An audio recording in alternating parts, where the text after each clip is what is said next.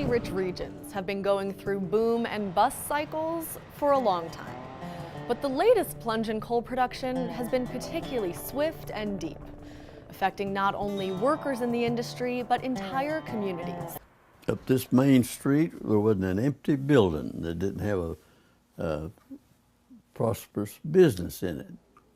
But little by little, they began to close one after the other. And now it's down to a ghost town, a ghost county, really.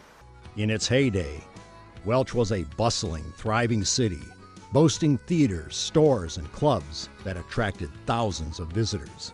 Money flowed, and wealth was apparent. Decline in demand for coal and layers of expensive government regulations shut down most of the mining operations, leaving behind abandoned mines, rusting hulks of equipment, and devastated lives plunged into poverty.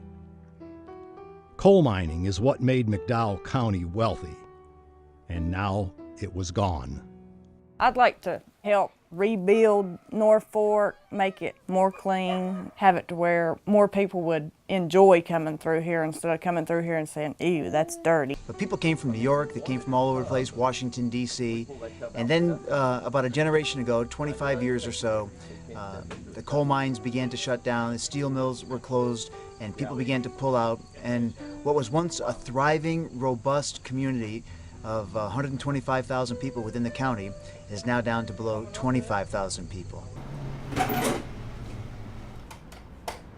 In the mid-'80s, there was a slump in the demand for coal, and then the owners of the mines learned they could buy one machine that would replace 300 or 400 men, and they could make much more money.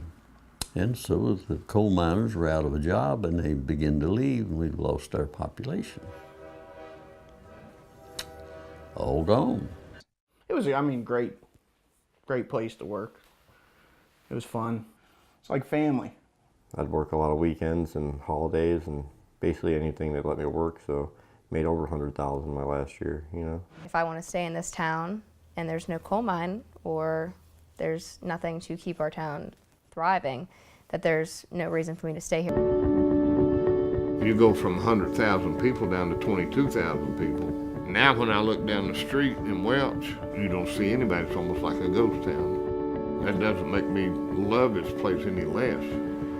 So if you don't have one of those jobs in the coal mines, or you don't work in McDonald's or Wendy's, which are the other two places, what do? You go sign up on a check.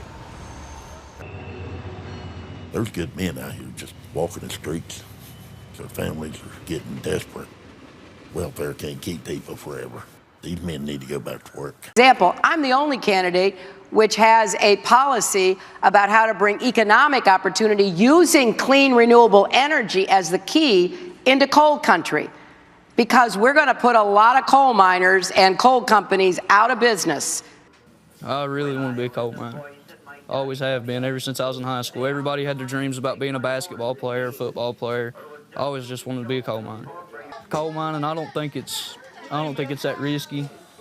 My family's done it for generations, but I think it's well worth it. You know, there's risk in everything you take. And we're going to make it clear that we don't want to forget those people.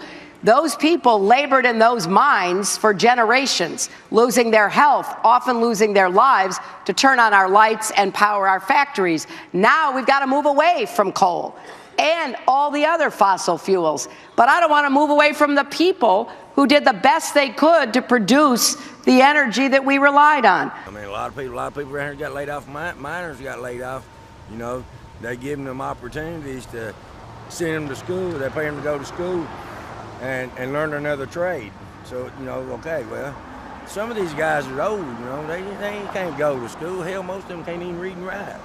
So what did happen to coal? How did the industry get to the point where companies are declaring bankruptcy and demand is in steady decline?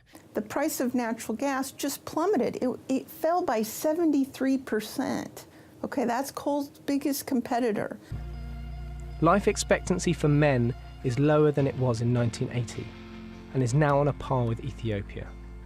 There used to be 100,000 people here. Now there are just 18,000. The county's latest loss was its only Walmart. This is a tough pill to swallow, that something that has sustained the economy here for so long, has sustained so many families, and it's been a way of life, is possibly not going to be there. I think for the good people of Appalachia is, you know, to think about your future in a way that doesn't rely on coal. Yeah, it's emotional for us. We love being coal people, and that's being taken away. We're like the backyard of the nation is southern West Virginia. Your front yard's for looks. You got your pretty flowers and your pretty bushes, and you know, that's what you want people to see.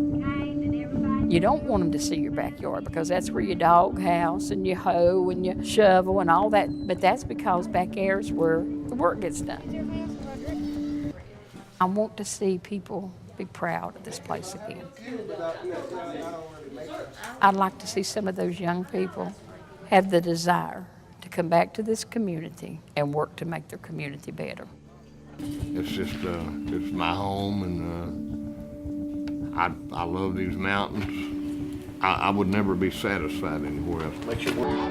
These roots hold these trees and these mountains, and somehow those roots get embedded in our souls, and we are very connected to these mountains.